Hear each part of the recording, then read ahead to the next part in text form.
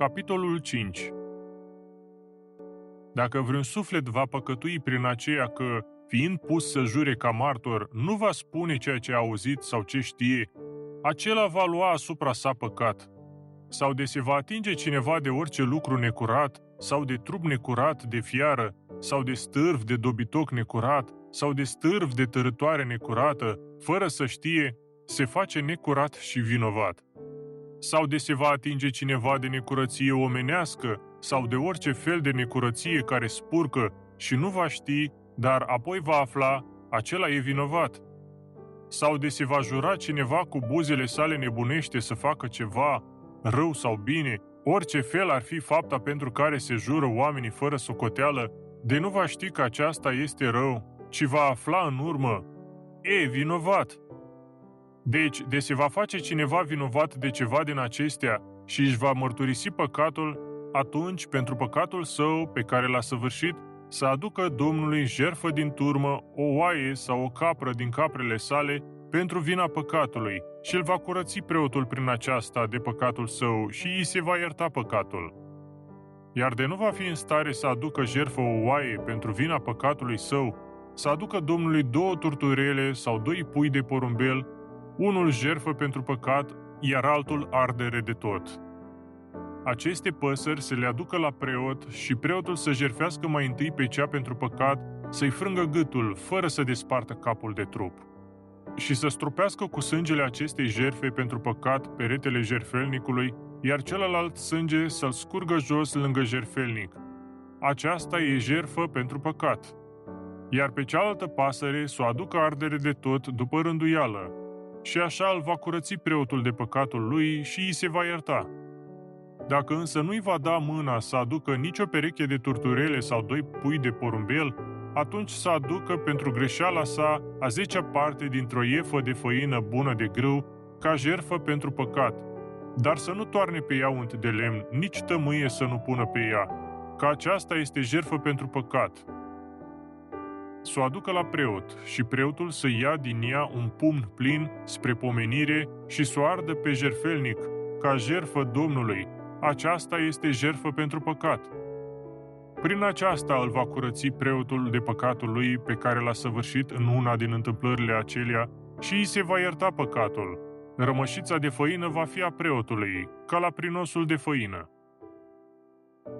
Apoi a grăit Domnul cu Moise și a zis: de va face cineva greșeală și din neștiință va păcătui împotriva celor afierosite Domnului, acela, pentru vina sa, să ia din turma de oi și să aducă Domnului jertfă pentru vină un berbec fără meteahnă, prețuit la 2 sicli de argint, după prețul siclului sfânt. Și ce a greșit împotriva lucrului sfânt, va plăti și va mai adăuga peste prețul lui a 5-a parte din preț și va da acesta preotului. Și preotul îl va curăți prin berbecul jertfei pentru vină și îi se va ierta. De va greși cineva împotriva uneia din toate poruncile Domnului și va face ce nu se cuvine să facă și din neștiință s-a făcut vinovat și va fi sub păcat, acela să aducă la preot din turma de oi, jertfă pentru vină, un berbec fără meteahnă, după prețuirea ta, și îi va curăți preotul greșeala în care a căzut el din neștiință și îi se va ierta. Aceasta este jertfă pentru greșeala cu care s-a făcut vinovat el înaintea Domnului. Capitolul 6.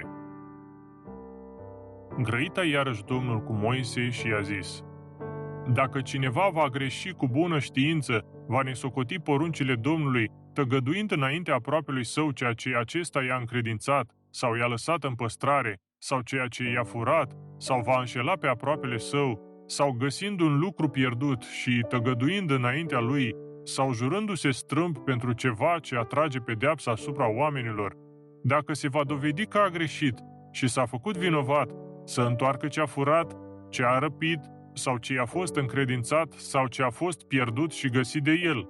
Tot lucrul pentru care s-a jurat strâmb să-l plătească de plin și să mai adauge pe deasupra a 5-a parte din prețul lui și să dea aceluia, al căruia este lucrul, în ziua când își va cunoaște vina sa.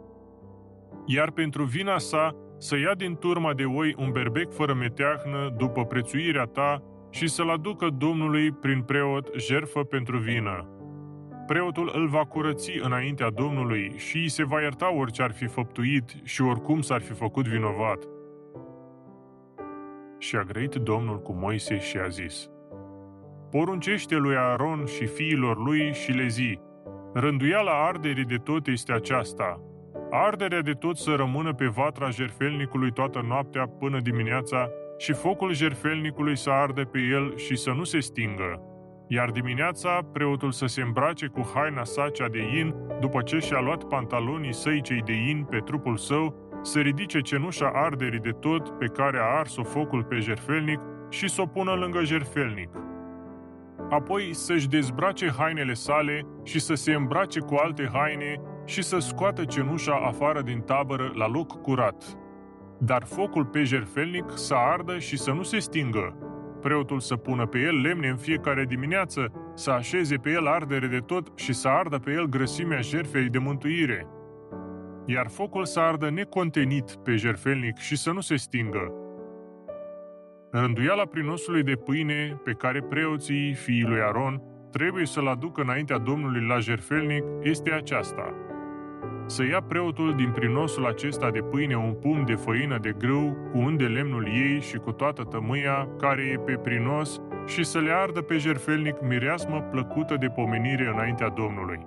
Iar rămășița din ea s-o mănânce Aaron și fiii lui și s-o mănânce nedospită în locul cel sfânt, în curtea cortului adunării s-o mănânce, dar să nu o coacă dospită.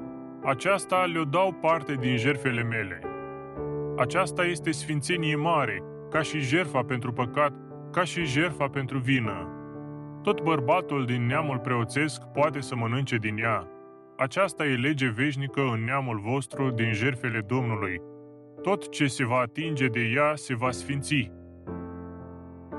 A grăit Domnul cu Moise și a zis: Prinosul lui Aron și a fiilor lui pe care îl vor aduce ei Domnului în ziua ungerii lor este acesta: făină bună de grâu, a 10-a parte din iefă, vor aduce jertfă necontenită, jumătate din ea dimineața și jumătate seara.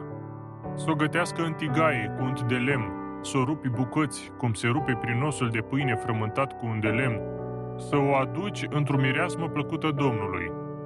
Aceasta s-o săvârșească preotul care se va mirui în locul lui Aaron din fiii lui. Acesta este așezământ veșnic. Prinosul acesta să-l ardă tot. Orice prinos de pâine din partea preotului să se ardă tot și să nu se mănânce nimic din el. Și a grăit Domnul cu Moise și a zis: Spune lui Aron și fiilor lui și le zi: Rânduiala jertfei pentru păcat este aceasta: jertfa pentru păcat să se junghie înaintea Domnului în locul unde se junghie și cea pentru ardere de tot. Aceasta este sfințenie mare. Preotul, cel ce săvârșește jertfa cea pentru păcat, să o mănânce, dar să o mănânce în locul cel sfânt, în curtea cortului adunării. Tot ce se va atinge de carnea ei se va sfinți și de se va stropi cu sângele ei haina stropită să se spele în locul cel sfânt. Oala de lut în care s-a fiert ea să se spargă, iar dacă ea s-a fiert în vas de aramă, aceasta să se curețe și să se spele cu apă. Toți cei de parte bărbătească din neamul preoțesc pot să mănânce din ea. Aceasta este mare sfințenie înaintea Domnului. Dar orice jertfă pentru păcat din ale cărei sânge s-a adus în cortul adunării pentru facerea curăției în locul cel sfânt, să nu se mănânce, ci să se ardă în foc. Capitolul 7. Iată și rânduiala jertfei pentru vină. Aceasta este sfințenie mare. Jertfa pentru vină să se junghie în locul unde se junghie jertfa arderii de tot și cu sângele ei să se stropească jertfelnicul de jur împrejur. Cel ce o aduce să o sebească din ea toată grăsimea, coada și grăsimea de pe mărântaie, amândoi rărunchii, grăsimea cea de pe ei, seul de pe ficat, toate acestea să le osebească împreună cu cei 2 rărunchi. Acestea să le ardă preotul pe jertfelnic ca jertfă Domnului. Aceasta este jertfă pentru vină. Toți cei de parte bărbătească din neamul preoțesc să mănânce din ea, dar să o mănânce în locul cel sfânt, că aceasta este sfințenie mare. La jertfa pentru vină, ca și la jertfa pentru păcat, este aceeași rânduială. Ele sunt partea preotului care săvârșește curățirea cu ajutorul lor. Când preotul va aduce jertfa arderii de tot a cuiva, pielea jertfei aduse va fi a preotului. Tot prinosul de pâine copt în cuptor și tot prinosul de pâine gătit în oală sau în tigaie va fi al preotului care îl săvârșește. Orice dar de pâine, frământat cu un de lemn sau uscat, va fi al tuturor fiilor lui Aaron deopotrivă. Iar rânduiala jertfei de împăcare, care se aduce Domnului, este aceasta. Dacă se va aduce ca jertfă de mulțumire, atunci să se aducă pâini frământate cu un de lemn, turte nedospite, unse cu un de lemn, păină de grâu frământată cu un de lemn. Pe lângă pâinile nedospite, să se mai aducă dar la jertfa de mulțumire și pâine dospită. Unul din toate aceste daruri ale sale să-l aducă Domnului dar ridicat. Acesta va fi al preotului care stropește cu sângele jertfei de mântuire. Și carnea jertfei de mântuire, ca dar de mulțumire, va fi tot a lui, însă să mănânce în ziua aducerii ei și să nu rămână din ea nimic pe a doua zi. Dacă însă jertfa ce se aduce este din făgăduință sau de bunăvoie, jertfa lui să se mănânce în ziua aducerii și ceea ce va rămâne se poate mânca a doua zi. Iar ceea ce va mai rămâne din carnea jertfei pe a treia zi să se ardă cu foc. Dacă însă carnea jertfei acesteia o va mânca cineva a treia zi, jertfa aceasta nu va fi primită și nu îi se va ține în seamă, că este întinare și cel ce va o mânca va avea asupra sa păcat. Carnea care a fost atinsă de ceva necurat să nu se mănânce, ci să se ardă în foc, iar carnea curată să se mănânce tot de cel curat. Dacă însă vreun om în stare de necurăție va mânca din carnea jertfei de mântuire adusă Domnului, acel suflet se va stârpi din poporul său. Dacă vreun om care s-a atins de ceva necurat, de necurăție omenească sau de dobitoc necurat sau de vreo tărâtoare necurată, va mânca din carnea jertfei de izbăvire adusă Domnului, omul acela se va stârpi din poporul său. Și a grăit Domnul cu Moise și a zis: grăiește fiilor lui Israel și le zi: niciun fel de grăsime, nici de bou, nici de oaie, nici de țap să nu mâncați. Grăsimea de mortăciune și grăsimea dobitocului sfâșiat de fiară să se întrebuințeze la orice lucru, iar de mâncat să nu se mănânce. Tot cel ce va mânca grăsimea dobitocului care se aduce jertfă mistuită cu foc Domnului, acela să se stârpească din poporul său. Niciun fel de sânge să nu mâncați în toate cetățile voastre, nici de păsări, nici de dobitoace. Tot cel ce va mânca sânge, acela se va stârpi din poporul său. Și a grăit Domnul cu Moise și a zis: grăiește fiilor lui Israel și le zi: cel ce își înfățișează Domnului jertfa sa de mântuire, acela din jertfa sa de mântuire să aducă o parte prinos Domnului și anume, să aducă Domnului jertfă cu mâinile sale, grăsimea de pe pieptul jertfei și seul de pe ficat, să aducă legănând pieptul jertfei înaintea Domnului. Grăsimea s-o ardă preotul pe jertfelnic, iar pieptul va fi al lui Aron și al fiilor lui. Și spata dreaptă din jertfele de izbăvire ce aduceți să o dați preotului. Spata dreaptă va fi partea aceluia din fiii lui Aron, care va aduce pe jertfelnic sânge și grăsimea jertfei de izbăvire, căci eu voi lua de la fiii lui Israel, din jertfele lor de izbăvire, pieptul legănat și spata dreaptă și le voi da lui Aaron, preotul și fiilor lui, că a venit veșnic de la fiii lui Israel. Acestea sunt partea lui Aaron și partea fiilor lui din jertfele Domnului, pe care o vor primi din ziua când se vor înfățișa ei înaintea Domnului ca să slujească și pe care a poruncit Domnul să li se dea de către fiii lui Israel din ziua ungerii lor. Aceasta este hotărâre veșnică în neamul lor. Aceasta este rânduiala arderii de tot, a darului de pâine, a jertfei pentru păcat, a jertfei pentru vină, a jertfei a fierosirii, a jertfei de mântuire, cum a dat-o Domnul lui Moise pe muntele Sinai, când a poruncit fiilor lui Israel în pustiul Sinai să-și aducă prinoasele lor Domnului. Capitolul 22. Și răspunzând Iisus a vorbit iarăși în pilde zicându-le: Împărăția cerurilor a semănat usa omului împărat care a făcut nuntă fiului său. și a trimis pe slugile sale ca să cheme pe cei poftiți la nuntă, dar ei n-au voit să vină. Iarăși a trimis alte slugi zicând: spuneți celor chemați, iată, am pregătit ospățul meu, juncii mei și cele îngrășate s-au junghiat și toate sunt gata, veniți la nuntă.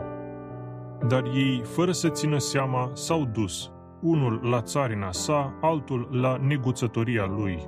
Iar ceilalți, punând mâna pe slugile lui, le-au batjocorit și le-au ucis. Și auzind împăratul de acestea, s-a umplut de mânie și, trimițând oștile sale, au nimicit pe ucigașii aceia și cetății lor i-au dat foc. Apoi a zis către slugile sale: nunta este gata, dar cei poftiți n-au fost vrednici. Mergeți, deci, la răspântiile drumurilor și pe câți veți găsi, chemați-i la nuntă. Și ieșind slugile acelea la drumuri, au adunat pe toți câți i-au găsit, și răi și buni, și s-a umplut casa nunții cu oaspeți. Iar intrând împăratul ca să privească pe oaspeți, a văzut acolo un om care nu era îmbrăcat în haină de nuntă și i-a zis: prietene, cum ai intrat aici fără haină de nuntă? El însă a tăcut. Atunci împăratul a zis slugilor: legați-l de picioare și de mâini și aruncați-l în întunericul cel mai din afară. Acolo va fi plângerea și scrâșnirea dinților, căci mulți sunt chemați, dar puțini aleși. Atunci s-au dus fariseii și au ținut sfat ca să-l prindă pe el în cuvânt.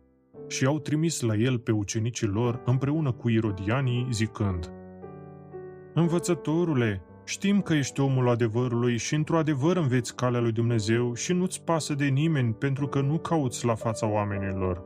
Spune-ne deci nouă, ce ți se pare? Se cuvine să dăm dajdie cezarului sau nu? Iar Iisus, cunoscând viclenia lor, le-a răspuns: ce mă ispitiți, fățarnicilor? Arătați-mi banul de dajdie. Iar ei i-au adus un dinar. Iisus le-a zis: al cui e chipul acesta și inscripția de pe el? Răspunsau ei: ale cezarului.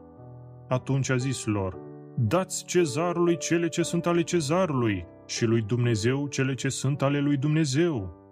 Auzind acestea, s-au minunat și, lăsându-l, s-au dus.